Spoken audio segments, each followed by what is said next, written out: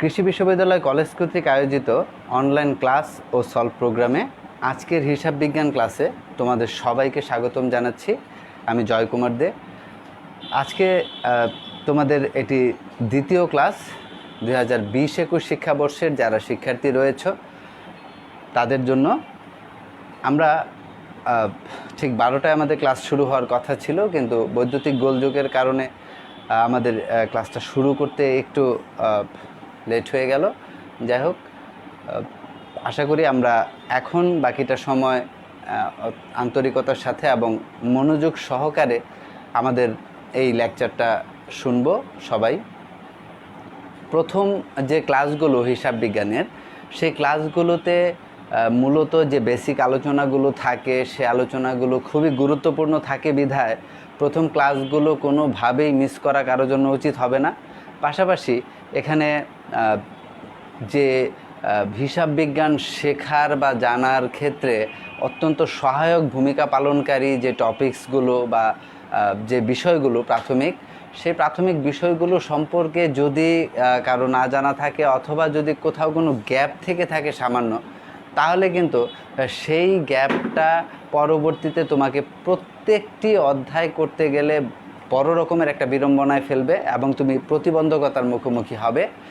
এখানে এই 2020-21 শিক্ষাবর্ষের যারা শিক্ষার্থী রয়েছ তাদের অনেকের সাথে আমার কথা হয়েছে, যোগাযোগ হয়েছে, অনেকে আমাকে ফোন করেছ। তোমাদের সেই আন্তরিকতার জন্য, তোমাদের সেই কৌতূহলের জন্য বা আগ্রহের জন্য আমি সবাইকে আন্তরিকভাবে ধন্যবাদ জানাচ্ছি। কারণ এই যে শেখার যে একটা ইচ্ছা প্রবল, সেই প্রবল ইচ্ছাটাই তোমাকে আসলে তোমার কাঙ্ক্ষিত লক্ষ্যে পৌঁছে নিয়ে যাবে। আমি যারা আমাকে কল করেছে হিসাব বিজ্ঞান সম্পর্কে, যারা আমার কাছে কিছুটা ভীতি প্রদর্শন করেছে, যাদের কিছুটা দুর্বলতা যারা প্রকাশ করেছে, আমি তাদেরকে আবার ফোনে বলেছি যে আসলে এখানে ভয় পাবার মতো কিছুই নেই। সেই বিষয়গুলো আমরা তোমাদের কাছে স্পষ্ট করে দেব যে এখানে আসলে ব্যাপারগুলো খুবই সহজ। দুর্বোধ্য বা দুরূহ কোনো বিষয় বা জটিল কোনো বিষয় এখানে নেই। সিম্পলি তোমাকে প্রথমে যে কাজটি করতে হবে সেটি হলো মন থেকে সেই ভয়গুলো মুছে ফেলতে হবে, কারণ সেই ভয়টাই তোমাকে পেছন থেকে টেনে ধরে রাখবে। আমি বারবার বলেছি, যেখানে আমি তোমাদের পাশে রয়েছি, আমি সর্বোত্তম চেষ্টা করব, সর্বোত্তম প্রচেষ্টা আমার থাকবে তোমাদের কাছে এই অধ্যায়টি, এই বিষয়টি অত্যন্ত সহজ করে তুলে ধরার আমি আপ্রাণ চেষ্টা করব। বাকিটা নির্ভর করবে তোমাদের আন্তরিকতা এবং সহযোগিতার উপর। এখানে মনে রাখতে হবে, উভয়ের সমন্বয়েই কিন্তু আমরা আমাদের কাঙ্ক্ষিত লক্ষ্যে পৌঁছতে পারবো।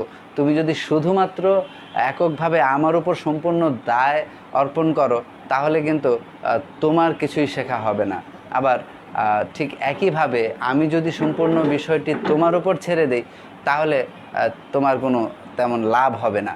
এখানে একটা সুসমন্বয় ঘটাতে হবে এবং আমি বিশ্বাস করি বা প্রত্যাশা রাখি তোমাদের কাছ থেকে আমি যতটুকু রেসপন্স পেয়েছি বা যারা বিভিন্ন সময় আমাকে কল করে বিভিন্ন সমস্যার কথা এই শুরুতেই তুলে ধরেছ, তাদের সাথে কথা বলে আমি যতটুকু বুঝতে পেরেছি প্রত্যেকের মধ্যেই সে অ্যাবিলিটি রয়েছে, সেই যোগ্যতা রয়েছে প্রত্যেকের মাঝেই, যে আমরা চাইলে খুব সহজেই খুব দ্রুত সময়ের মধ্যে আমাদের এই হিসাব বিজ্ঞান বিষয়টি আয়ত্ত করে ফেলতে পারবো।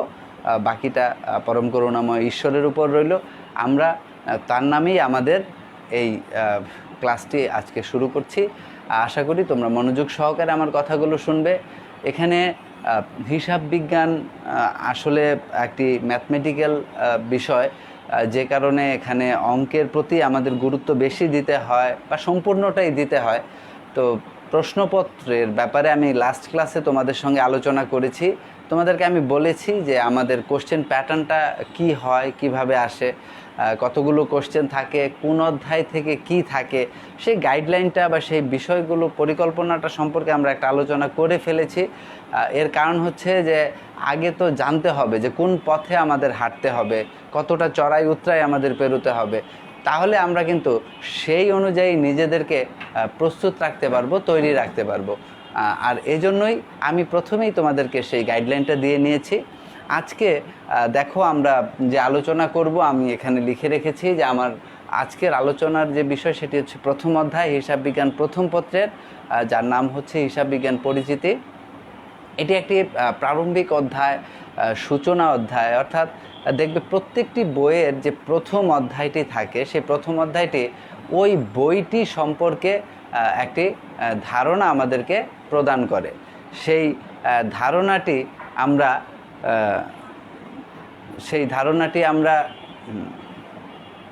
আমরা নিব আমাদের বই থেকে।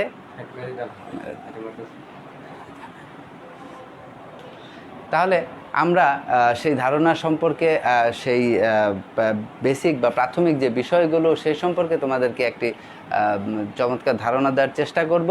এক্ষেত্রে অঙ্কের যে বিষয়টি অর্থাৎ ম্যাথমেটিক্যাল যে ব্যাপারটি আমাদের রয়েছে সেগুলি কিন্তু খুবই মজার। আসলে আমরা জানি যে অঙ্ক করা কিন্তু একটি আনন্দের কাজ, মজার কাজ, কিন্তু বিজনেস স্টাডিজে যারা এসেছো, আমি আমার নিজের বাস্তব অভিজ্ঞতা থেকে বলছি যে ব্যবসায় শিক্ষা শাখায় যারা আসে দেখা যায় যে তারা তুলনামূলক একটু অঙ্কে পিছিয়ে থাকে অন্যান্য গ্রুপের শিক্ষার্থীদের চাইতে। কারণ সায়েন্স পড়তে গেলে অঙ্কে ভালো থাকতে হয় এরকম একটি কথা আসলে প্রচলিত রয়েছে। তো সেক্ষেত্রে দেখা যায় যে যারা নিজেরা অঙ্কে একটু দুর্বল মনে করে নিজেদেরকে, তারা সায়েন্সটাকে একটু অ্যাভয়েড করে চলে, এবং যখন গ্রুপ চেঞ্জের বা গ্রুপ গ্রহণ করার যখন একটা সময় আসে তখন নিজের সেই যোগ্যতার উপর ভিত্তি করে সিদ্ধান্ত গ্রহণ করে যে আমি সায়েন্স পড়তে পারবো কি না। অর্থাৎ দেখা যায় যে 95% ক্ষেত্রেই যারা অঙ্কে একটু দুর্বল থাকে তারা সায়েন্সটাকে অ্যাভয়েড করে তখন হয়তো বা বিজনেস স্টাডিজ অথবা মানবিক বা আর্টস যেটা রয়েছে আমাদের সেই গ্রুপে যাওয়ার জন্য চেষ্টা করে। তো সেই হিসেবে এই হিসাব বিজ্ঞানটা বিজনেস স্টাডিজের শিক্ষার্থীর জন্য একটা মাথা ব্যথা হয়ে দাঁড়ায়। তারা ভয় পেয়ে যায়, শুরুতেই মনে করে যে এটিও তো অঙ্ক, তাহলে এখানেও আমাদেরকে আবারও একটা বিপাকে হয়তো বা পড়তে হবে। কিন্তু তোমাদের উদ্দেশ্যে আমি বলছি, সত্য করে বলছি এবং স্পষ্ট করে বলছি যে আসলে এই অঙ্কটা সায়েন্সের যে সাবজেক্টগুলো ওখানে যে অঙ্কগুলো রয়েছে তার মতো নয়, এবং কিছুই না আসলে সেই তুলনায়। ওখানে হাজার হাজার ফর্মুলা মুখস্থ করতে হয়, সেগুলোর প্রয়োগ ঘটাতে হয়। কিন্তু হিসাব বিজ্ঞানের ক্ষেত্রে আসলে তেমন কোনো ফর্মুলাই নেই, বলতে গেলে জাস্ট হাতে গোনা 2-1টি ফর্মুলার উপর ভিত্তি করে পুরো হিসাব বিজ্ঞান পরিচালিত হয়ে থাকে। কাজেই এখানে ভয় পাবার কিছু নেই। যেই ফর্মুলাটি বা যেই ইকুয়েশনটি হিসাব বিজ্ঞানের প্রাণ বা মূল, সেই বিষয়টিকে আমি অত্যন্ত সহজ করে তোমাদের কাছে তুলে ধরব, যাতে করে তোমরা এই হিসাব বিজ্ঞানের উপর তোমাদের যে ভয় বা ভীতি যতটুকু রয়েছে আশা করব সেটি সম্পূর্ণভাবে কেটে যাবে। তো শুধুমাত্র আমার পাশে থাকো, সহযোগিতার হাত বাড়ানো থাকুক তোমাদের। আমি আমার সহযোগিতার হাত এবং আমার দ্বার সর্বদাই উন্মোচন রেখেছি তোমাদের জন্য। তোমরা শুধুমাত্র তোমাদের প্রয়োজনটুকু আমাকে বলবে, নির্দ্বিধায় বলবে, আমি যথাসাধ্য চেষ্টা করব তোমাদেরকে সেই সমস্যাগুলোর সমাধান দিয়ে দিতে যত দ্রুত সম্ভব, as early as possible. So কারো মধ্যে কোনো দ্বিধা, কোনো সংকোচ যেন না থাকে। আমার সাথে যে কোনো ধরনের প্রবলেম তোমাদের এই হিসাব বিজ্ঞান বিষয়ে টপিকস নিয়ে তোমরা আমাদের সাথে শেয়ার করবে, আমরা তোমাদেরকে সেই সুবিধাগুলো দেওয়ার চেষ্টা করব স্পষ্ট করে। যাই হোক, দেখো, আমরা হিসাব বিজ্ঞান পরিচিতি যখন আলোচনা করব তখন আমাদের যে বিষয়টি প্রথম আসবে যে হিসাব বিজ্ঞান আসলে জিনিসটি কী। যে হিসাব বিজ্ঞান, এখানে যদিও হিসাবকে বিজ্ঞান বলা হচ্ছে বা হিসাব বিজ্ঞান বলা হচ্ছে, প্রথমেই মনে রাখতে হবে যে এটি আসলে 100% পিওর সায়েন্স নয়। এটি 100% পিওর সায়েন্স নয়। অর্থাৎ এখানে বিজ্ঞানের যে বিষয়গুলো, যে ব্যাখ্যা বিশ্লেষণগুলো বা প্রত্যেকটার যেমন একটা সুনির্দিষ্ট যুক্তি বা ব্যাখ্যা থাকে, এই হিসাব বিজ্ঞানের ক্ষেত্রে অনেক বিষয়েরই তেমন সুনির্দিষ্ট কোনো যুক্তি বা ব্যাখ্যা আসলে নেই। কারণ হিসাব বিজ্ঞানের অনেক অংশই আসলে পরিচালিত হয় নীতিমালার আলোকে। কিছু আদর্শ, কিছু নীতি রয়েছে যেগুলোর উপর ভিত্তি করে হিসাব বিজ্ঞানের অনেকাংশই আসলে পরিচালিত হয়। সে কারণে হিসাব বিজ্ঞানকে পিওর সায়েন্স বলা যাবে না। এখন হিসাব বিজ্ঞান কি, আমরা এখানে কি করব, ছোট্ট করে আমি তোমাদেরকে সেই ধারণাটা দিয়ে দিচ্ছি খুব প্র্যাকটিক্যালি। আশা করি 2-1 কথায় তোমরা সেটি বুঝে যাবে। দেখো, আমরা আমাদের দৈনন্দিন জীবন বা প্রাত্যহিক জীবনের কথা যদি চিন্তা করি বা ভাবি, তাহলে আমরা দেখব যে আমরা প্রতিদিনই সারাদিন আমাদের যে ঘটনাগুলো আমাদের সাথে ঘটে থাকে, প্রতিদিন আমাদের সাথে যে ঘটনাগুলো ঘটে থাকে, সেই ঘটনাগুলোকে যদি আমরা বিশ্লেষণ করি, সেই ঘটনাগুলোকে যদি আমরা বিশ্লেষণ করি, তাহলে আমরা দেখব যে এই ঘটনাগুলো আসলে দু প্রকারের হবে। এই ঘটনাগুলো দু প্রকারের হবে। একটা ঘটনা হবে আর্থিক, আরেকটা হবে অনার্থিক। সারা দিন আমাদের সঙ্গে যে সকল ঘটনা ঘটবে তাকে আমরা দুভাগে ভাগ করতে পারি। একটা ঘটনা হচ্ছে আর্থিক, আরেকটা হচ্ছে অনার্থিক। তাহলে ঘটনা দু প্রকার। এখন আমি যদি প্রশ্ন করি যে আসলে ঘটনা কাকে বলে, তাহলে অনলাইন ক্লাসে রয়েছে বিধায় অনেকের মধ্যেই এই ভয়ভীতিটা কম যতটা এই মুহূর্তে ক্লাসে উপস্থিত থাকলে হতো। অর্থাৎ ক্লাসে শিক্ষক যখনই কোনো প্রশ্ন ছুড়ে দেন অডিয়েন্সের দিকে, তখনই ছাত্ররা একটু আতঙ্কিত হয়ে ওঠে বা ভয়ে কাঁচুমাচু হয়ে করে যে কাকে ধরে কাকে ধরে। অথচ প্রথমেই সেই নার্ভাসনেসটা তাদের মধ্যে চলে আসে, কিন্তু কি প্রশ্নটা করলো সেটার দিকে আসলে মনোযোগটা ততটা থাকে না। দেখা যাবে সেই প্রশ্নের উত্তরটা আসলে 99% স্টুডেন্টেরই জানা, কিন্তু দাঁড়িয়ে সেই প্রশ্নের উত্তরটা দেওয়ার মতো পার্সোনালিটি বা অ্যাটিটিউড সেটা অনেকের মধ্যে থাকে না। প্রথমে তোমার মধ্যে সেই যোগ্যতাটা অর্জন করতে হবে, অর্থাৎ দাঁড়িয়ে প্রশ্নের উত্তর দেওয়ার মতো এবং রেসপন্স করার মতো, ফিডব্যাক দেওয়ার মতো যোগ্যতা বা ক্যাপাবিলিটিটা তোমার মধ্যে অর্জন করতে হবে। তাহলেই তুমি একজন ভালো শিক্ষার্থী হিসেবে নিজেকে প্রতিষ্ঠিত করতে পারবে। আদারওয়াইজ সেটি ইম্পসিবল হবে। অর্থাৎ ব্যাক বেঞ্চে বসে থাকলেই যে একটি স্টুডেন্ট দুর্বল বা খারাপ মানের স্টুডেন্ট হবে এমন কিন্তু কোনো কথা নেই। তুমি যদি প্রশ্নের উত্তরটি সঠিকভাবে দিতে পারো বা সেই ইচ্ছা বা আকাঙ্ক্ষা যদি তোমার থাকে যে টিচার প্রশ্ন ছোড়া মাত্রই সেটিকে ধরে নিয়ে সঠিক উত্তরটি প্রদান করা, সেটি যদি তোমার নেশা হয়ে থাকে, তাহলে তুমি বেঞ্চের যে কোনো জায়গাতেই বসো না কেন, তোমার পার্সোনালিটি সেখান থেকেই প্রস্ফুটিত হবে, তোমার অ্যাটিটিউড সেখান থেকেই আলোক ছড়াবে। কাজেই এই অ্যাটিটিউডটা কিন্তু খুব বেশি ইম্পর্টেন্ট আমাদের জন্য। দেখো, আসলে আমরা বেশিরভাগ ক্ষেত্রেই যে বললাম যে আসলে নার্ভাস হয়ে যাই বা নিজেদেরকে আসলে একটু দুর্বল মনে করি, আমাদের ভেতরের যে দুর্বলতা বা গ্যাপটা, সেই দুর্বলতা বা গ্যাপটাকেই আমরা বড় করে দেখি। অ্যাকচুয়ালি আমাদের মধ্যে যে যোগ্যতাটুকু রয়েছে, আমাদের মধ্যে যে ক্যাপাবিলিটি রয়েছে, সেইটার পরিমাণ কিন্তু অনেক বেশি, অথচ সেইটাকে আমরা আন্ডার এস্টিমেট করি। এখন থেকে আমরা এই কাজটি কখনোই করব না।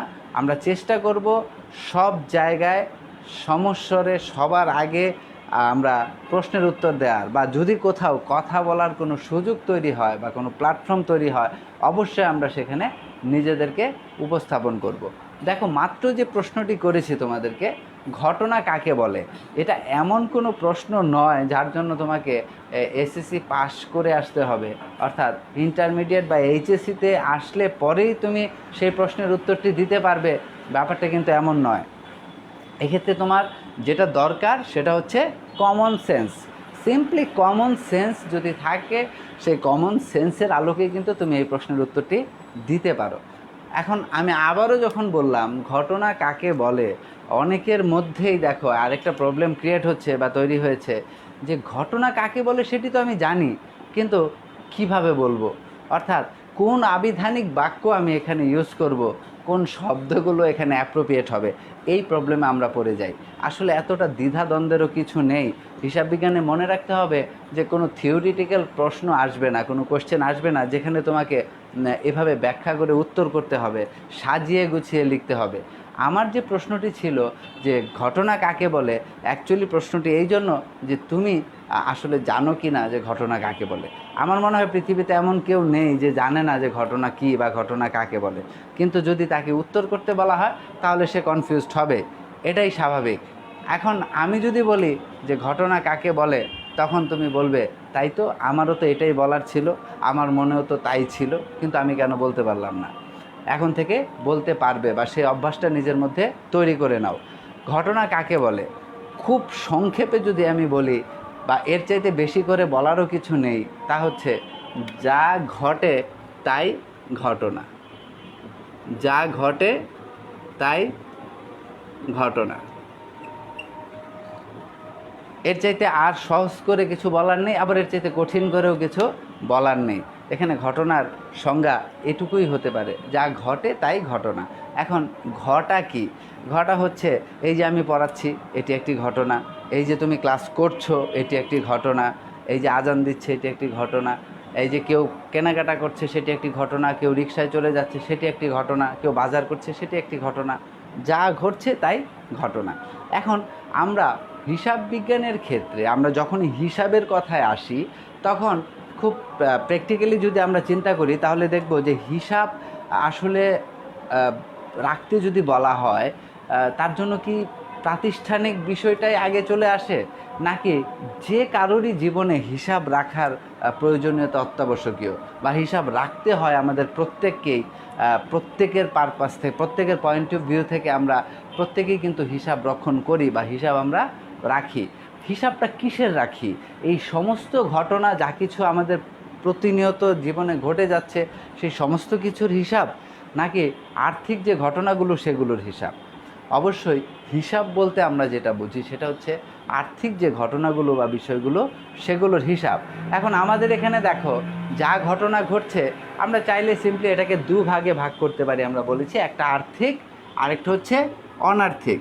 এখন আমি সকালে বাসা থেকে আমার আব্বুর কাছ থেকে যদি 500 টাকা নিয়ে বের হই, তা ভাঙতি ছিল না, আমার দরকার ছিল হয়তো 200 টাকা, 500 টাকা দিয়ে বললো ঠিক আছে নিয়ে যাও, সন্ধ্যায় এসে ফেরত দিও। সন্ধ্যায় এসে আমি যদি বলি আমার সমস্ত টাকা খরচ হয়ে গেছে, তখন উনি স্বভাবতই একটু রাগ করবেন, কারণ 200 টাকা যেখানে নেওয়ার কথা ছিল সেখানে সে আমাকে ভাঙতি না থাকায় 500 টাকা দিয়েছেন, আবার সেই 500 টাকাও আমি সম্পূর্ণ খরচ করে ফেললাম। কাজেই উনি রেগে গিয়ে বলতেই পারেন যে কোথায় কি খরচ করেছো, আমাকে সেটা বলো বিস্তারিত বা জানাও। তখন আমাকে কি করতে হবে? তাকে একটি কাগজে লিখে দিতে হবে যে আমি সকালবেলা রিক্সা দিয়ে গিয়েছি, রিক্সা ভাড়া এত টাকা, আমি নাস্তা করেছি, নাস্তা খরচ এত টাকা, আমি কিছু ক্রয় করেছি খাতা কলম, সেটা বাবদ এত টাকা, না আমার স্কুলের বেতন দিতে হয়েছে বা কলেজের বেতন দিতে হয়েছে, তার খরচ এত টাকা।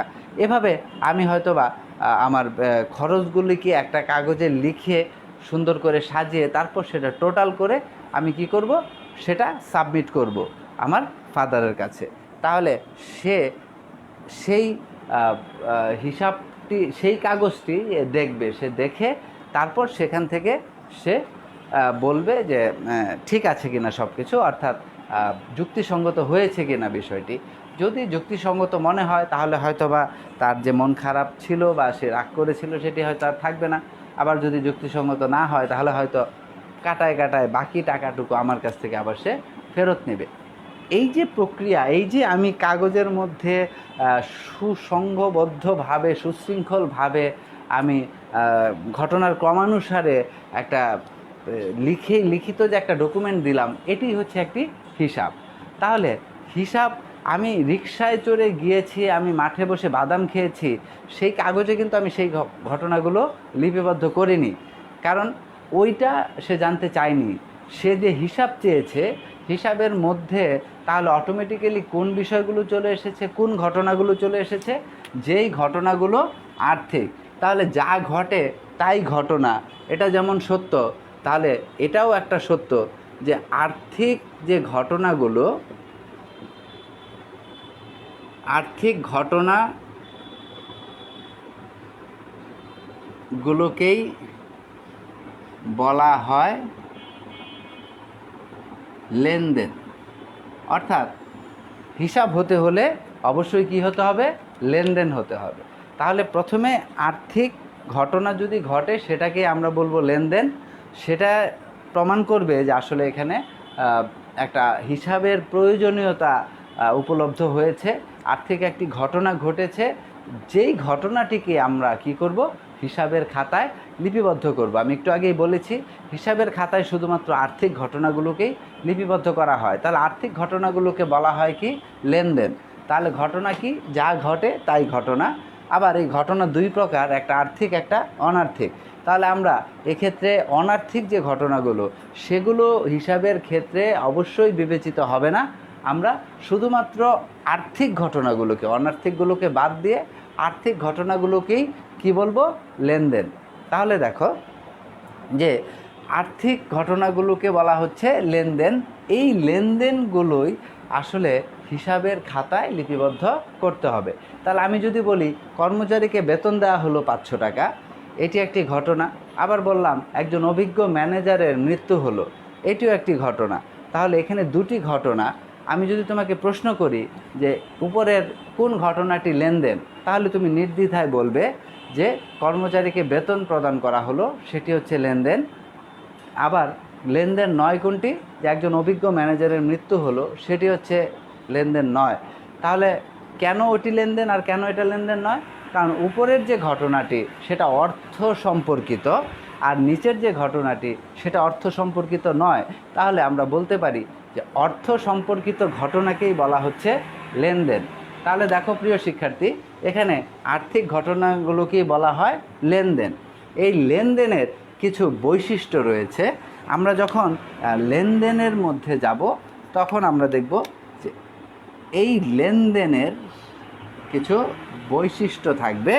আমি সংক্ষেপে দু একটি কথা বলবো এই লেনদেনের বৈশিষ্ট্য নিয়ে। যেমন অর্থের অঙ্কে পরিমাপযোগ্য,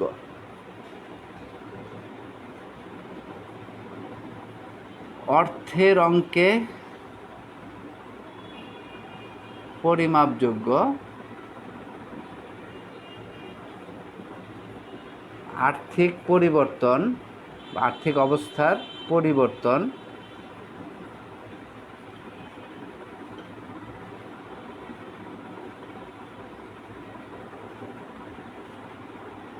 দুটি পক্ষ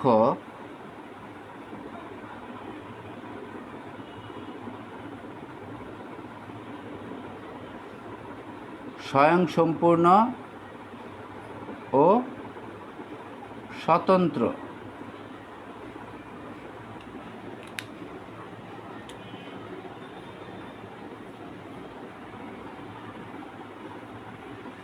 দেখো লেনদেনের অনেকগুলো বৈশিষ্ট্য রয়েছে, কিন্তু এক একটি লেনদেন লক্ষ্য করলে আমরা দেখব দৃশ্যমান ও অদৃশ্যমান।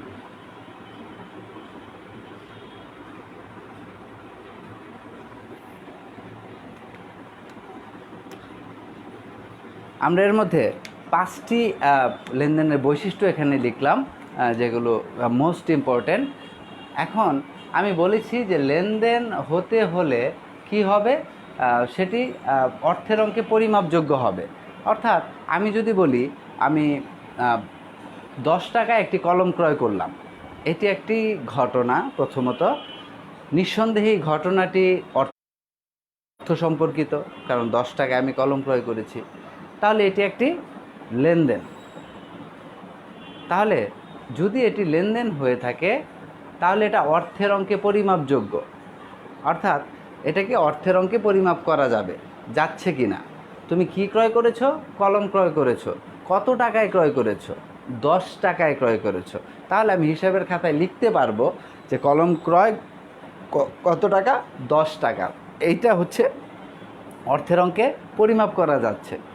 আবার আমি যদি বলি একটি কলম ক্রয়, তাহলে দেখো কলম ক্রয়ের যে ঘটনাটি, কলম ক্রয় করলে অবশ্যই সেখানে কি টাকা খরচ হয়েছে বা এখানে একটা লেনদেন সংগঠিত হয়েছে।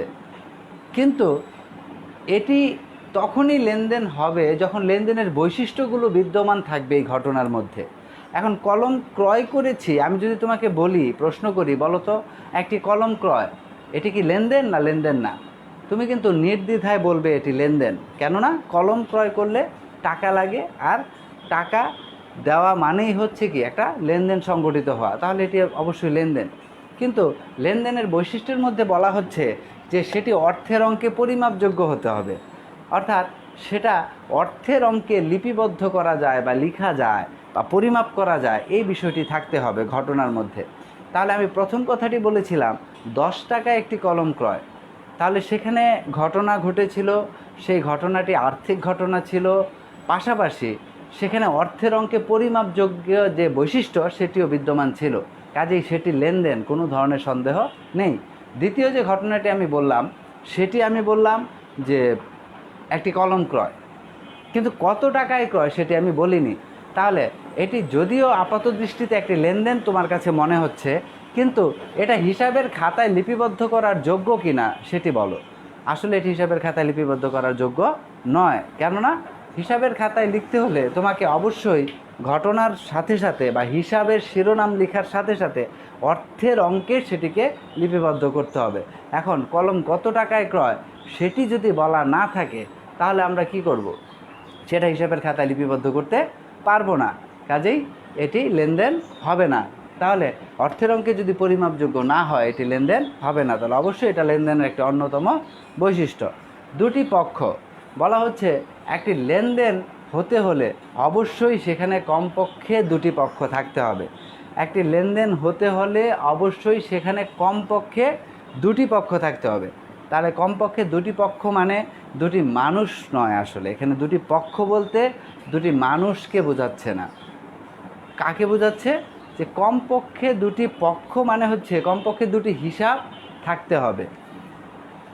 এক্ষেত্রে আমি এই আলোচনার সাথে সম্পৃক্ত একটি আলোচনা, সংশ্লিষ্ট একটি আলোচনা সেটি আমি বলবো, যেটি হচ্ছে তোমার ডাবল এন্ট্রি সিস্টেম, আমরা যেটিকে বলি ডাবল এন্ট্রি সিস্টেম। এই ডাবল এন্ট্রি সিস্টেম মানে হচ্ছে দুতরফা দাখিলা পদ্ধতি। দুতরফা দাখিলা পদ্ধতি, দুতরফা দাখিলা পদ্ধতি কথাটির মানে হলো যে দুটি পক্ষকে, একটি লেনদেন সংঘটিত হওয়ার সাথে সাথে তার ডেবিট এবং ক্রেডিট বিশ্লেষণ করে সমপরিমাণ টাকায় দুটো পক্ষকে, একটি পক্ষকে ডেবিট এবং আরেকটি পক্ষকে ক্রেডিট করে হিসাবের খাতায় লিখতে হয়। একেবারে স্টার্টিং যেটা আমাদের শুরুর যে বিষয়টা, হিসাব রাখার যে প্রাথমিক ধাপ, যেটিকে আমরা প্রাথমিক দাখিলা বলে থাকি। অনেকে নাম শুনেছো জাবেদা, যে জাবেদা আমরা একটা অধ্যায়ের নাম, আমাদের একটা অঙ্কের নাম, যেখানে হিসাবের প্রাথমিক লেনদেনগুলো লিপিবদ্ধ করা হয়। অর্থাৎ স্টার্টিং এটা, যে একটি ঘটনা বা একটি লেনদেন সংঘটিত হয়েছে সবেমাত্র, তখনই আমরা সেটাকে প্রথম যে খাতায় লিপিবদ্ধ করব, যে পদ্ধতিতে আমরা করব, সেই খাতাটিকে বা সেই হিসাবটিকে বলা হবে জাবেদা। তাহলে জাবেদায় লিখতে গেলে আমাদের যেটি করতে হয়, যে একটা লেনদেন থেকে দুটি পক্ষকে চিহ্নিত করতে হয়। একটা লেনদেন থেকে দুটি পক্ষকে চিহ্নিত করতে হয়। সেই দুটি পক্ষ চিহ্নিত করার পর একটি পক্ষকে আমরা ডেবিট করব, আরেকটি পক্ষকে ক্রেডিট করব, ক্রেডিট নামে লিখব সমপরিমাণ টাকায়। অর্থাৎ ঘটনাটি যদি 100 টাকার হয়ে থাকে, তাহলে আমরা একটা হিসাবের নাম লিখে লিখব ডেবিট 100 টাকা, আরেকটা হিসাবের নাম লিখে লিখব ক্রেডিট 100 টাকা। এই যে একটা পক্ষকে ডেবিট করা হচ্ছে, আরেকটা পক্ষকে ক্রেডিট করা হচ্ছে, তার মানেই বোঝানো হচ্ছে প্রতিটি লেনদেনে অবশ্যই কমপক্ষে কয়টি পক্ষ থাকবে? দুটো পক্ষ থাকবে, কমপক্ষে দুটো, দুয়ের অধিকও কিন্তু হতে পারে। তাহলে কমপক্ষে দুটো পক্ষ থাকবে, একটা পক্ষ ডেবিট হবে, আরেকটা পক্ষ ক্রেডিট হবে। আমি এই বিষয়টি তোমাদেরকে একটা উদাহরণের মাধ্যমে একটু বুঝিয়ে দিচ্ছি। আমি এটি মুছে দিলাম।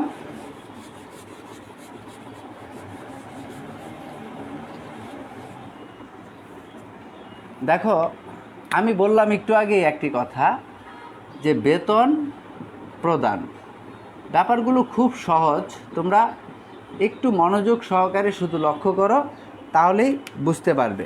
আমি এখানে বলেছি বেতন প্রদান, এটি একটি লেনদেন। বেতন প্রদান শুধু বললে আসলে লেনদেন হবে না, সেটাকে অর্থের অঙ্কে পরিমাপযোগ্য হতে হবে। তাহলে অবশ্যই এখানে একটা অর্থের অ্যামাউন্ট বলতে হবে, একটা অর্থের অঙ্ক থাকতে হবে। আচ্ছা, তাহলে দেখো, এটাকে আমি মুছে দিচ্ছি।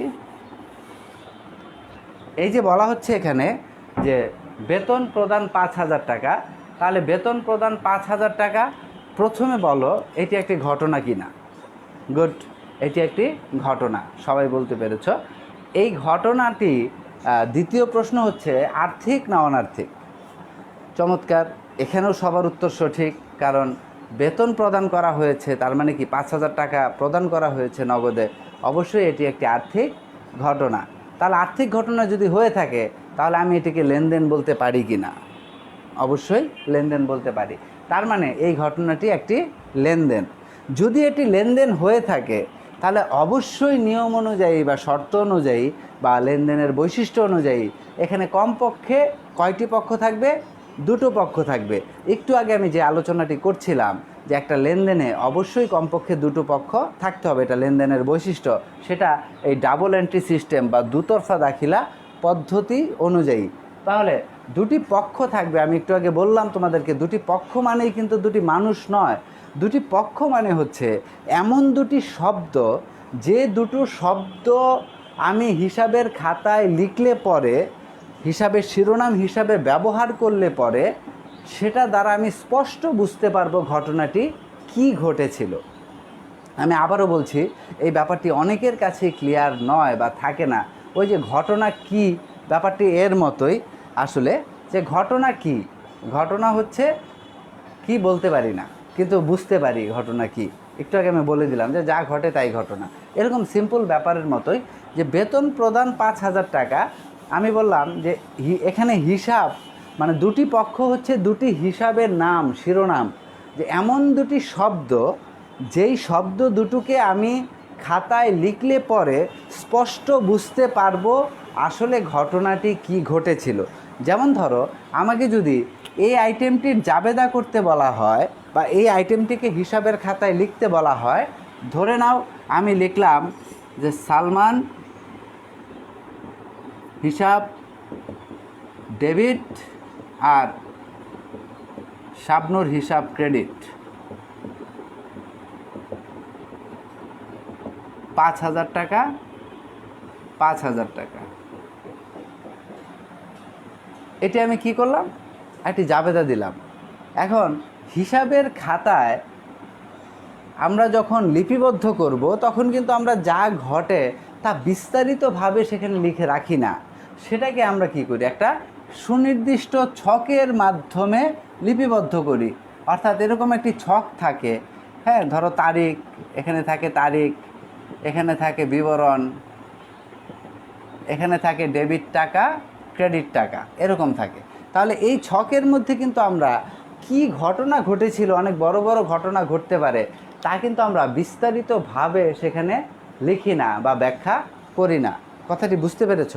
এখন আমি যদি তোমাকে বলি, একটু আগে যে ঘটনাটির কথা এখানে বলা হলো যে বেতন প্রদান করা হয়েছে, সেই বেতন প্রদান করা হয়েছে 5,000 টাকা, আমি যদি বলি যে এর জাবেদা হিসাবে বা এই ঘটনাটিকে আমি হিসাবের খাতায় লিপিবদ্ধ করেছি এইভাবে। এখন তুমি হিসাবের খাতায় কিন্তু ওই ঘটনাটি দেখবে না, দেখবে কি যে এইখানে কি লেখা আছে, অর্থাৎ হিসাবের খাতায় কি লেখা আছে। আমি এটি মুছে দিলাম। ধরে নাও ঘটনাটি ঘটেছিল জানুয়ারির 5 তারিখে, তাহলে এখানেও লেখা থাকবে জানুয়ারির 5, অর্থাৎ জানুয়ারির 5 তারিখে যে ঘটনাটা ঘটেছিল তার জাবেদাটা হচ্ছে এইটা। এবার তুমি দেখো, এখানে তুমি যদি পড়ো যে সালমান হিসাব ডেবিট 5,000 আর শাবনুর হিসাব ক্রেডিট 5,000, এর সাথে যা অ্যাকচুয়ালি ঘটেছিল তার মিল আছে কি না, অর্থাৎ এই দুটো শব্দ দিয়ে এটা স্পষ্ট হচ্ছে কি না যে বেতন প্রদান করা হয়েছিল 5,000 টাকা। হচ্ছে না, অবশ্যই হচ্ছে না। এতে সন্দেহের কোনো অবকাশ নেই বিন্দুমাত্র। আমরা জানি যে এই দুটা শব্দের সাথে এই ঘটনাটার আকাশ পাতাল তফাৎ, কোনো মিল নেই, এখানে কোনো সামঞ্জস্যতা এখানে নেই।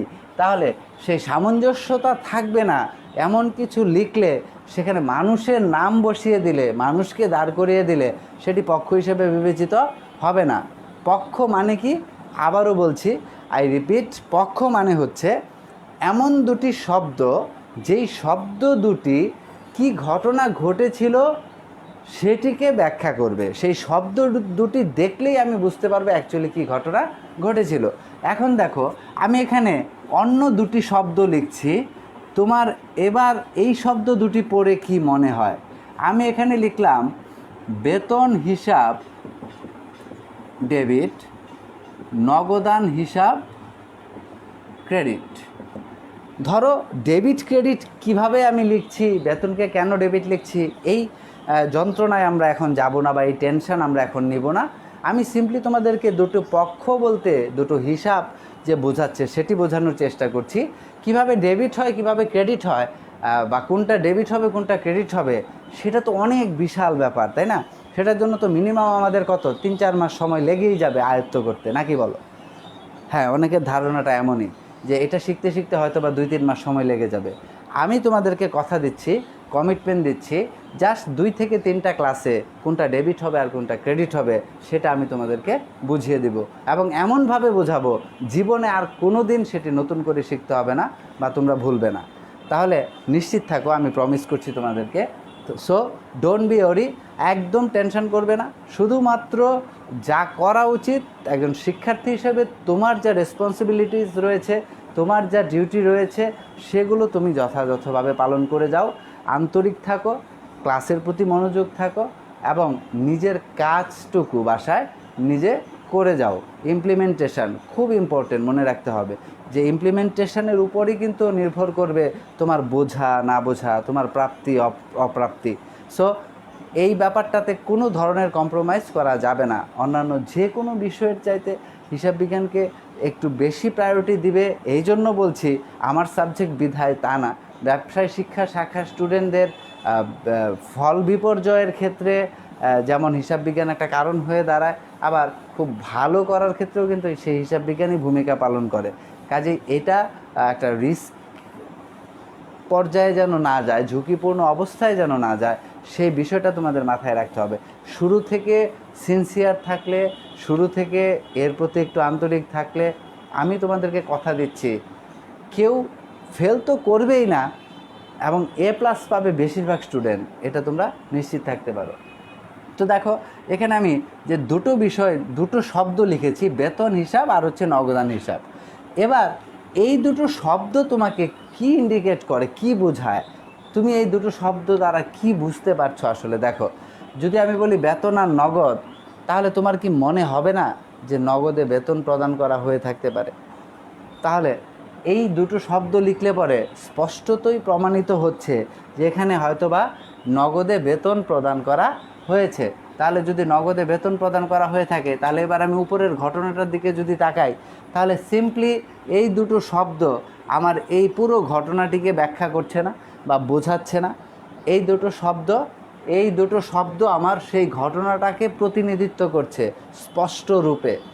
এটাই হচ্ছে পক্ষ। তাহলে দেখো, আমরা যেটি বললাম যে প্রত্যেকটি লেনদেনে অবশ্যই দুটো পক্ষ থাকবে।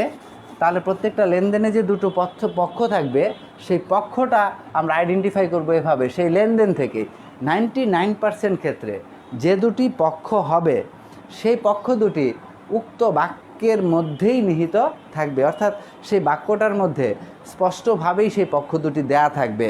ইউ হ্যাভ টু আইডেন্টিফাই, তোমাকে শুধুমাত্র সেটা চিহ্নিত করতে হবে।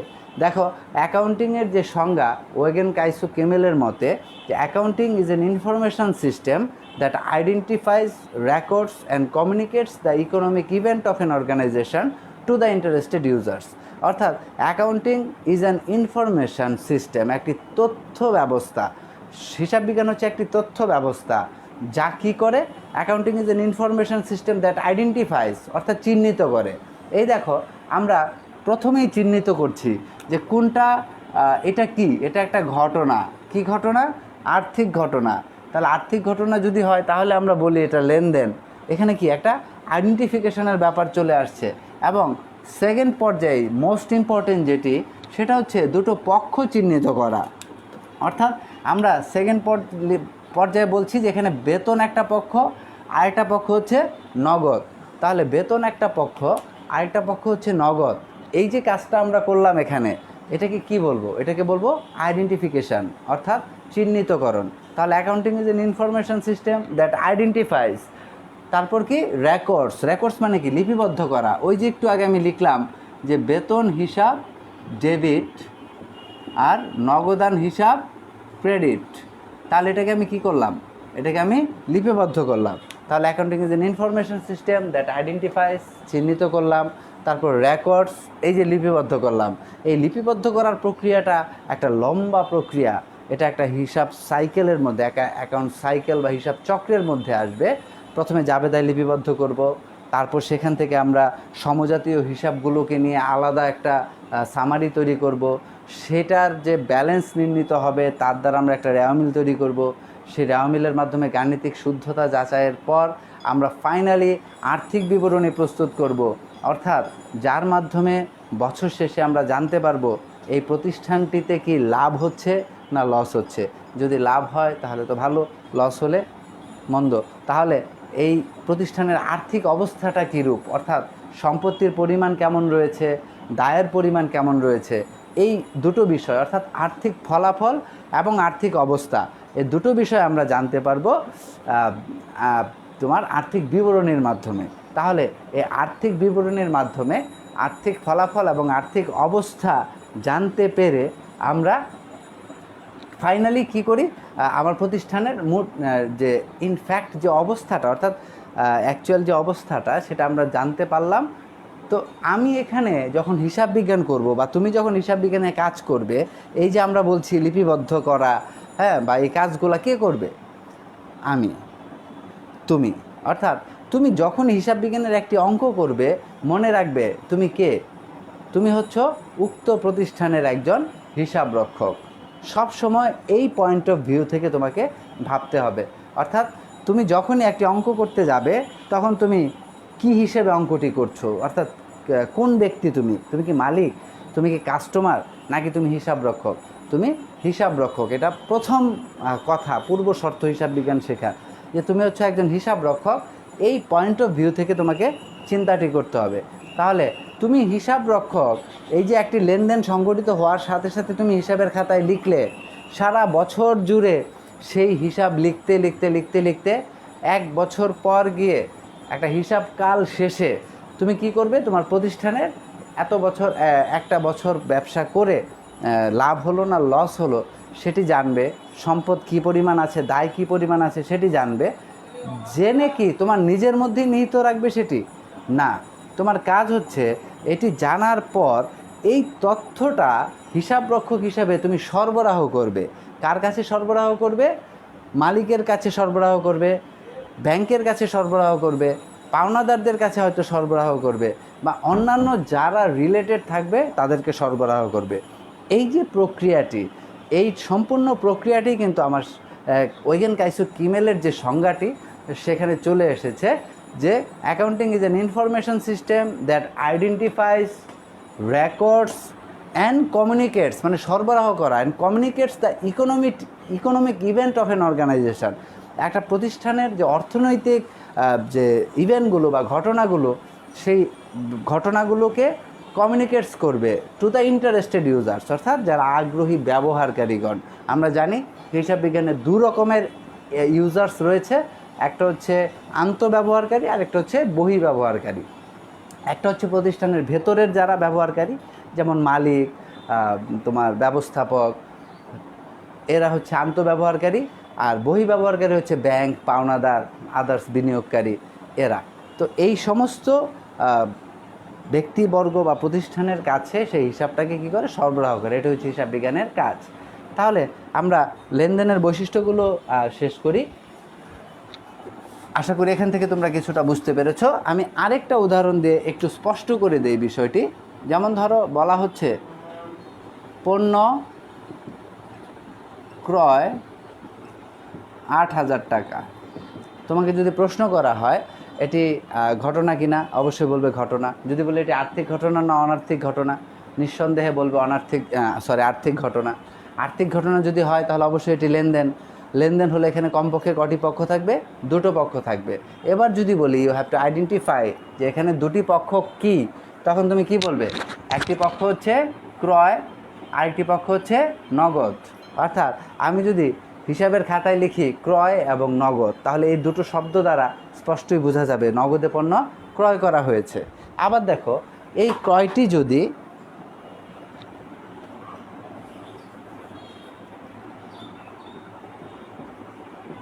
পণ্য ক্রয় চেকে 8,000, এই ক্রয়টি যদি চেকে করা হয়, যে আমি পণ্য ক্রয় করে চেক প্রদান করলাম, তাহলে আমার নগদ টাকা তো গেল না। তাহলে এখানে ক্রয় একটি পক্ষ, এটি ঠিক থাকবে, কিন্তু সেই ক্ষেত্রে কি নগদ একটি পক্ষ হবে নাকি ব্যাংক একটি পক্ষ হবে? তাহলে এখানে পক্ষ হবে একটি ক্রয়, আরেকটি হবে ব্যাংক। দেখো, এখন যদি আমি লিখতাম ক্রয় এবং নগদান, তাহলে বোঝা যেত ক্রয়টি নগদে করা হয়েছে। আর যদি আমি এখন লিখি যে ক্রয় এবং ব্যাংক, তাহলে বোঝা যাবে যে এবার ক্রয়টি নগদে নয়, চেকের মাধ্যমে করা হয়েছে। কারণ ব্যাংক লেখার মানে হচ্ছে যে টাকাটি কোত্থেকে যাবে, ব্যাংক থেকে যাবে। আমি যদি চেক দেই, তাহলে এই চেকটি ভাঙাতে উনি যাবে আমার ব্যাংকে, সেই ব্যাংকের অ্যাকাউন্ট থেকে, আমার যে অ্যাকাউন্ট বা প্রতিষ্ঠানের যে অ্যাকাউন্ট, সে অ্যাকাউন্ট থেকে টাকাটি যাবে। তাহলে এটা স্পষ্টই বোঝাচ্ছে যে এখানে ক্রয় এবং ব্যাংক একটি পক্ষ হবে। এভাবে আমরা খুব সহজেই দুটি পক্ষ চিহ্নিত করতে পারবো। এই চিহ্নিতকরণের কাজটি যারা শিখে ফেলবে, তাদের কাছে হিসাব বিজ্ঞান কিন্তু 80% সহজ হয়ে গেল। দেখো, আমি যদি বলি ভাড়া প্রদান 2,000, খুব সিম্পল, এখানে স্পষ্টই দেখা যাচ্ছে দুটি পক্ষ, একটি হচ্ছে ভাড়া, আরেকটি হচ্ছে নগদান। তাহলে এখানে কোনো প্রবলেম কিন্তু নেই দুটি পক্ষ চিহ্নিত করার ক্ষেত্রে, একটি ভাড়া, একটি হচ্ছে নগদান। তাহলে আমরা ভাড়া হিসাব নামে লিখব এবং নগদান হিসাব নামে লিখব। তাহলে এ নিয়ে আমাদের খুব বেশি একটা ভাবনার কিছু নেই। তারপর দেখো, আমরা বলছিলাম যে আর্থিক অবস্থার পরিবর্তন, যে হিসাব বিজ্ঞানে লেনদেনের যদি লেনদেন যদি হতে হয়, তাহলে অবশ্যই সেই লেনদেনটি দ্বারা কি হবে, প্রতিষ্ঠানের আর্থিক অবস্থার পরিবর্তন হবে। দেখো, আমি যদি বলি যে ভাড়া প্রদান, একটু আগে যেটি বললাম যে ভাড়া প্রদান 2,000 টাকা। আচ্ছা, এর আগে ধরো আমি বললাম যে মূলধন আনয়ন 50,000 টাকা। মূলধন আনয়ন 50,000 টাকা মানে কি, মালিক 50,000 টাকা নিয়ে কারবারটি আরম্ভ করেছেন। তাহলে মালিক যদি 50,000 টাকা নিয়ে কারবার আরম্ভ করে, এবার প্রতিষ্ঠানে নগদ কত টাকা আছে, 50,000 টাকা রয়েছে। দেখো, প্রতিষ্ঠানে নগদ রয়েছে 50,000 টাকা। একটু আগে এই মূলধনটি আনার আগে প্রতিষ্ঠানে 1 টাকাও ছিল না। এখন মালিক 50,000 টাকা নিয়ে আসায় প্রতিষ্ঠানে কত হলো, 50,000। একটু আগে কত ছিল, 0, এখন কত, 50,000। তাহলে বলো যে এখানে আর্থিক অবস্থার পরিবর্তন হয়েছে কি না? অফকোর্স আর্থিক অবস্থার পরিবর্তন হয়েছে। তাহলে আর্থিক অবস্থার পরিবর্তন হয়েছে বলেই এটি কি, অবশ্যই লেনদেন, কারণ লেনদেনের একটি বৈশিষ্ট্য হচ্ছে আর্থিক অবস্থার পরিবর্তন হবে। তাহলে আর্থিক অবস্থার পরিবর্তন হয়েছে। দ্বিতীয় ঘটনাটি ভাড়া প্রদান 2,000। এই ভাড়া প্রদান 2,000, একটু আগের প্রতিষ্ঠানে নগদ টাকা কত ছিল, 50,000। সেখান থেকে যদি 2,000 টাকা ভাড়া প্রদান করি, তাহলে কি আর্থিক অবস্থা 50,000ই থাকবে না 48,000 হয়ে যাবে? 48,000 হয়ে যাবে, অর্থাৎ 2,000 টাকা কমে গেল। তাহলে বলো আর্থিক অবস্থার পরিবর্তন হলো কি না? নিঃসন্দেহে আর্থিক অবস্থার পরিবর্তন হয়েছে। তাহলে এই আর্থিক অবস্থার পরিবর্তন হবে অবশ্যই যদি সেটি লেনদেন হয়ে থাকে। তারপর যেটি ছিল স্বয়ংসম্পূর্ণ ও স্বতন্ত্র। স্বয়ংসম্পূর্ণ ও স্বতন্ত্র কথাটির মানে হচ্ছে যে প্রতিটি লেনদেন স্বয়ংসম্পূর্ণ ও স্বতন্ত্র, মানে আলাদা। প্রতিটি লেনদেনের নিজস্ব একটি সত্তা থাকবে, একটি বৈশিষ্ট্য থাকবে। যেমন ধরো, আমরা যদি ধারে পণ্য বিক্রয় করি, তাহলে আমরা জানি প্রাপ্য হিসাব বা দেনাদার সৃষ্টি হয়। প্রাপ্য হিসাব বা দেনাদার হচ্ছে যিনি আমাদেরকে টাকা দিবেন, অর্থাৎ যার কাছ থেকে আমরা টাকা পাবো। আমি ধারে বিক্রয় করলাম, মানে আমি পণ্য দিলাম কিন্তু টাকা পেলাম না, টাকা পরে দিবে, তাহলে সেটা হচ্ছে প্রাপ্য হিসাব। তখন আমরা জাবেদা দেই প্রাপ্য হিসাব ডেবিট আর বিক্রয় হিসাব ক্রেডিট। বিক্রয় হিসাব ক্রেডিট 10,000। অর্থাৎ দেখো, আমি পণ্য বিক্রয় করেছি 10,000 টাকার পণ্য আমি বিক্রয় করেছি, আর দেনাদার সৃষ্টি হয়েছে আমার, বা প্রাপ্য হিসাব সৃষ্টি হয়েছে কত টাকা, 10,000 টাকা। তাহলে এটা কি একটা লেনদেন, এটা একটা ঘটনা, একটা লেনদেন। এই লেনদেনের জন্য আমি একটা জাবেদা দিয়েছি। এখন এই দেনাদার যখন আমাকে টাকাটা ফেরত দিবে, অর্থাৎ টাকাটা পরিশোধ করবে, তখন ওই ঘটনাটাও কি এই ঘটনার সাথে সম্পৃক্ত না? অর্থাৎ এই ধারে যে বিক্রয়, সেই যে দেনাদার, সেই দেনাদারই তো টাকাটা ফেরত দিবে। তাহলে যখন দেনাদার টাকাটা পরিশোধ করবে, তখন কি আর জাবেদা দিতে হবে না? তখন কিন্তু আবার লেনদেন সংগঠিত হবে। অর্থাৎ যখন দেনাদার আমাকে 1,000 টাকা, ধরো এই প্রাপ্য হিসাবে ধরো আমাকে 1,000 টাকা প্রদান করলো, মানে পরিশোধ করলো, তাহলে যখন সে 1,000 টাকা পরিশোধ করবে, তখন আমি জাবেদা দেব নগদান হিসাব ডেবিট বা নগদ টাকা এসেছে 1000, আর প্রাপ্য হিসাব কমে যাবে, তাহলে প্রাপ্য হিসাব ক্রেডিট 1000 আমি লিখলাম। এটা হচ্ছে জাবেদা। এখন দেখো 10,000 টাকা পাওনা ছিল তার কাছে, সে কত দিয়েছে? 1000। এই জন্য আমি জাবেদা দিলাম নগদান হিসাব ডেবিট, প্রাপ্য হিসাব ক্রেডিট। পরের মাসে ধরো সে আবারও 1000 দিল, আবারও কী করতে হবে? লিখতে হবে নগদান হিসাব ডেবিট, প্রাপ্য হিসাব ক্রেডিট। এর পরের মাসে আবারও 1000 দিল, আবারও একই জাবেদা দিতে হবে। এইভাবে 10 বারে যদি টাকাটা পরিশোধ করে 10 বারই আমাকে জাবেদা দিতে হবে। তাহলে বলো প্রিয় শিক্ষার্থী, ঘটনা কি একটাই ছিল না? একটা ঘটনাই ছিল। একটা ঘটনাকে কেন্দ্র করে কয়টা জাবেদা হচ্ছে? 10টা জাবেদা হচ্ছে। অর্থাৎ এই ঘটনাকে কেন্দ্র করে হোক 10 বার যখন লেনদেন সংগঠিত হবে 10 বারই সেটার জাবেদা দিতে হবে। এটাকেই বলা হচ্ছে স্বয়ংসম্পূর্ণতা ও স্বতন্ত্রতা। প্রত্যেকটা লেনদেনই আলাদা, ভিন্ন, তাদের সত্তাটা আলাদা।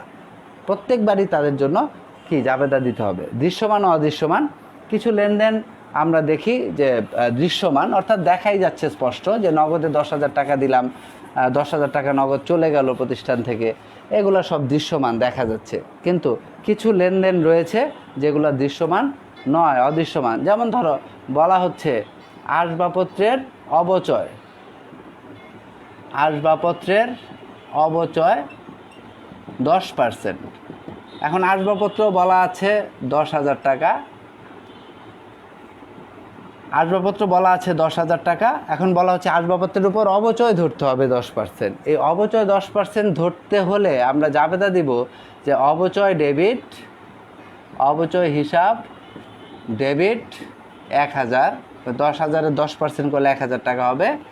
আর হচ্ছে পুঞ্জীভূত অবচয় ক্রেডিট 1000। এটা এখন জানার দরকার নেই তোমাদের, পরে আমি বোঝাবো বিস্তারিত। শুধু এইটুকু বলি, এখানে অবচয় হিসাব যে লিখলাম ডেবিট, এখানে অবচয় হিসাব ডেবিট লিখেছি কী হিসাবে জানো? অবচয় হিসাব ডেবিট লিখেছি খরচ হিসাবে। যে অবচয় হিসাব ডেবিট লেখা হয়েছে খরচ হিসাবে। কিন্তু এই যে বলা হচ্ছে আসবাবপত্রের অবচয় 10%, মানে আসবাবপত্রের উপর 10% খরচ হয়েছে। অবচয় কি? অবচয় কাকে বলে? কোনো সম্পত্তির ব্যবহারজনিত মূল্য হ্রাসকে বলা হয় অবচয়। কোনো সম্পত্তির ব্যবহারজনিত মূল্য হ্রাসকে বলা হয় অবচয়। তাহলে একটা সম্পত্তি, ধরো এই বোর্ডটা, হোয়াইট বোর্ডটা, এটা ধরো আমি 500 টাকা দিয়ে কিনলাম। এখন 6 মাস ব্যবহার করার পর এই হোয়াইট বোর্ডটাকে আমি আবারও 500 টাকায় বিক্রি করতে পারবো না? এর দাম কিছুটা কমে যাবে, কিছুটা কমে যাবে। কেন কমে যাবে? কারণ এটা কিছুদিন ব্যবহার করা হয়েছে। তাহলে সংজ্ঞায় বলা হচ্ছে কোনো সম্পত্তির ব্যবহারজনিত মূল্য হ্রাসকে বলা হয় অবচয়। তাহলে দেখো এই হোয়াইট বোর্ডটা আগে যেমন ছিল এখনও তেমনই আছে। আগে সাদা ছিল, এখন কালো হয়ে যায়নি, সাদাই আছে, কোনো দিকে কোনো অংশ ভেঙে যায়নি। তারপরও এটার দাম এখন আর 500 নেই, এটা কমে গেল। তাহলে এই যে ক্ষতিটা হলো, এটা কি আসলে চোখে দেখা গেল না? বা এই যে এখানে লেনদেনটার কথা বলা হচ্ছে আসবাবপত্রের অবচয়, এটা আসলে দৃশ্যমান লেনদেন নয়। এরকম সুনাম, প্যাটেন্ট, ট্রেডমার্ক, এই ধরনের আরও কিছু অবচয় রয়েছে। এই অবচয়ের উপর পুরো আলাদা একটা অধ্যায়ই রয়েছে। আমরা পরবর্তীতে এ সম্পর্কে বিস্তারিত জানব। আজকে আমরা এইটুকুই তোমাদের সাথে আলোচনা করলাম, শেয়ার করলাম। এখন দেখো এখানে আসলে শুধুমাত্র হিসাব বিজ্ঞানে অঙ্কই থাকে, থিওরিটিক্যাল কোনো বিষয় এখানে নেই। কিন্তু তারপরেও সেই অঙ্কটা বুঝতে গেলে কিছু থিওরি সম্পর্কে আমাদের আইডিয়া নিতে হবে। সেই আইডিয়াগুলোই আমি এখানে তোমাদেরকে দিলাম। এমসিকিউর জন্য আমাদের কিছু বিষয় জানতে হবে, যে আসলে হিসাব বিজ্ঞানের জনক কে? হিসাব বিজ্ঞানের জনক হচ্ছে লুকা প্যাসিওলি। এটা এমসিকিউর জন্য আমাদের আসে, কোনো অঙ্কে আসবে না যদিও, কিন্তু লুকা প্যাসিওলি। লুকা প্যাসিওলি 1494 খ্রিস্টাব্দে সুম্মা দি অ্যারিথমেটিকা জিওমেট্রিয়া প্রপোর্শনালিটা নামক একটি বই লিখেছিলেন। উনি অ্যাকচুয়ালি ছিলেন গণিতশাস্ত্রবিদ, দার্শনিক। তো এই গণিতশাস্ত্রবিদ ও দার্শনিক, উনি যে গণিতের উপর অ্যাকচুয়ালি উনি এক্সপার্ট ছিলেন, গণিতের উপর বইটি লিখেছিলেন সুম্মা দি অ্যারিথমেটিকা জিওমেট্রিয়া প্রপোর্শনালিটা।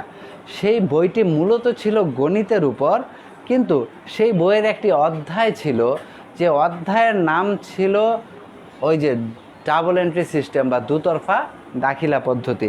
সেই অধ্যায় থেকেই এই হিসাব বিজ্ঞানের জন্ম। তাহলে এখানে লুকা প্যাসিওলিকে হিসাব বিজ্ঞানের জনক বলা হয়ে থাকে। ওনার যে লিখিত বই সুম্মা দি অ্যারিথমেটিকা জিওমেট্রিয়া প্রপোর্শনের প্রপোর্শনালিটা, সেই বইয়ের একটি অধ্যায় দুতরফা দাখিলা পদ্ধতি বা ডাবল এন্ট্রি সিস্টেমকে বিশ্বে পরিচিত করে তোলে, এবং সেই ডাবল এন্ট্রি সিস্টেমের উপরই আসলে পুরো হিসাব বিজ্ঞান প্রতিষ্ঠিত এবং পরিচালিত হচ্ছে। আমরা গুহায় ছিল মানুষ, সেখানে রশিতে গিট দিয়ে হিসাব রাখতো, দেয়ালে দাগ কেটে হিসাব রাখতো, গাছের বাকলে আঁচড় দিয়ে হিসাব রাখতো। এগুলো আমরা জানি, এগুলো নিয়ে আমি আলোচনা করে আসলে সময় নষ্ট করলাম না। তোমাদের জন্য যেটা জিস্ট, যেই জিনিসটা দরকার, যেটা প্রয়োজনীয়, সেটা নিয়ে আমি আসলে আলোচনা করলাম। এখন আলোচনা খুব বেশি গোছানো মনে নাও হতে পারে, কিন্তু আমি তোমাদেরকে প্রমিস করছি নেক্সট আর একটা ক্লাস যদি তুমি ঠিক একইভাবে মনোযোগ সহকারে আমার সাথে করো বা থাকো, তাহলে থার্ড ক্লাসে তুমি একটা সুশৃঙ্খল পর্যায়ে চলে আসবে। অর্থাৎ এখন এলোমেলোভাবে আমি যা দিচ্ছি, সেই এলোমেলোগুলা অটোমেটিক্যালি স্বয়ংক্রিয়ভাবে সুবিন্যস্ত হয়ে যাবে। তোমাকে তার জন্য কিছুই করতে হবে না, তুমি শুধু দেখে যাও আর শুনে যাও, আর সেটা নিজের মধ্যে আত্মস্থ করা, তাহলেই দেখবে অটোমেটিক্যালি সেটা গুছিয়ে একটা পরিপূর্ণ হিসাব বিজ্ঞান সম্পর্কে ধারণার জন্ম দিবে। এবং আমি আশা করি যে খুব অল্প সময়ের মধ্যে এই হিসাব বিজ্ঞানের যে সামান্য ভীতি যার মধ্যে রয়েছে তোমাদের, তাদের সেটা পুরোপুরি কেটে যাবে। আজকের যে আলোচনা আমার, সেটা আসলে খাতায় লিখে রাখার মতো কোনো আলোচনায় নয়, কখনোই খাতায় লিখে রাখার মতো কোনো আলোচনা আসলে হবেও না। সমস্তটা যেখানে রাখতে হবে সেটা হচ্ছে মাথায়। খাতায় রাখবে, খাতায় রয়ে যাবে, সেটা খাতার ভাঁজের চাপে পড়ে হয়তোবা সেখানেই মৃত্যুবরণ করবে। এই কাজেই সেটা ওইখানে না রেখে সবসময় অলওয়েজ অ্যাক্টিভ থাকে যে জায়গাটা, সে মাথায় রাখতে হবে। এবং হিসাব বিজ্ঞানের অনেকগুলো নীতিমালা রয়েছে, অনেকগুলো নিয়ম রয়েছে, মানে যেগুলো প্রত্যেকটা লেকচারে কথায় কথায় আসবে, তুমি কখনোই সেগুলো লিখে আয়ত্ত করতে পারবে না। মনে রাখতে হবে, এভাবে করতে করতে শুনতে শুনতেই তোমার মাথায় সেগুলো গেঁথে যাবে, এবং এমনভাবে গাঁথবে যে সারা জীবন সেটি সেখানে সজাগ থাকবে, কখনোই সেটা অম্লান হবে না। কাজেই আমরা মুছে যাবে না কখনোই সেটা। আমরা এখানে যে বিষয়টা নিয়ে যেদিন আলোচনা করব, আমরা প্রত্যেকেই অবশ্যই বাসায় সেটি একটু দেখার চেষ্টা করব। অর্থাৎ যে ইমপ্লিমেন্টেশনের ব্যাপারটি আমি বললাম, আজকে যাই শিখলাম, যতটুকুই শিখলাম, আজকে লেকচার থেকে মূলত আমাদের শিক্ষণফল যেটি ছিল, আমরা যেটি শিখতে পেরেছি বা পারবো বলে আমি আশা করি, সেটি হচ্ছে ঘটনার আর্থিক এবং অনার্থিক ঘটনা, লেনদেন কোনটি সেটি চিহ্নিত করতে পারা, একটা লেনদেনে যে পক্ষগুলো বা পক্ষদ্বয় থাকে, সেই পক্ষদ্বয়কে আইডেন্টিফাই করতে পারা। আশা করি এইটুকু কাজ তোমরা জেনে গেছো বা শিখে গেছো। নিজেরা বাসায় সেটি ইমপ্লিমেন্ট করতে পারবে, নিজেরা প্রয়োগ করে বুঝতে পারবে, নিজের কনফিডেন্স লেভেলটা যাচাই করতে পারবে যে আসলে কতটুকু শিখতে পেরেছো। একটা ক্লাস সেটা পণ্ডিত হবার মতো বা খুব বেশি জ্ঞানী হবার মতো পর্যাপ্ত জায়গা নয়, কিন্তু কিছু না কিছু যদি শিখে যেতে না পারি একটা ক্লাস থেকে, তাহলে কিন্তু সেই ক্লাসেরও কোনো মূল্য থাকে না। তো আশা করি যাই আলোচনা হয়েছে, যেহেতু অনলাইন ক্লাস, প্রয়োজনে আবার সেটাকে তোমরা রিপিট করে দেখতে পারবে, জানার দরকার আবার একটু জানবে। তবে দয়া করে আজকের কাজটি আগামী দিনের জন্য ফেলে রেখো না, সেটা এক সময় জমতে জমতে পাহাড় সমান বোঝা হবে, আর যেটি কিনা তোমার পক্ষে বহন করা কোনো দিনই সম্ভব হবে না। তখনই তুমি ছিটকে পড়বে, পথভ্রষ্ট হবে। তো ট্র্যাক থেকে আমরা যেন সরে না যাই, সেই জন্য একেবারে প্রেশার না নিয়ে, বোঝা না বানিয়ে আমরা প্রতিদিনের কাজ অল্প অল্প করে প্রতিদিন শেষ করে ফেলব, এই প্রত্যাশা রইল। এই শুভ কামনায় আজকের মতো ক্লাস এখানেই শেষ করছি। দেখা হবে আবারও আগামী ক্লাসে। সেই পর্যন্ত সবাই সুস্থ থাকো, ভালো থাকো। ধন্যবাদ সবাইকে।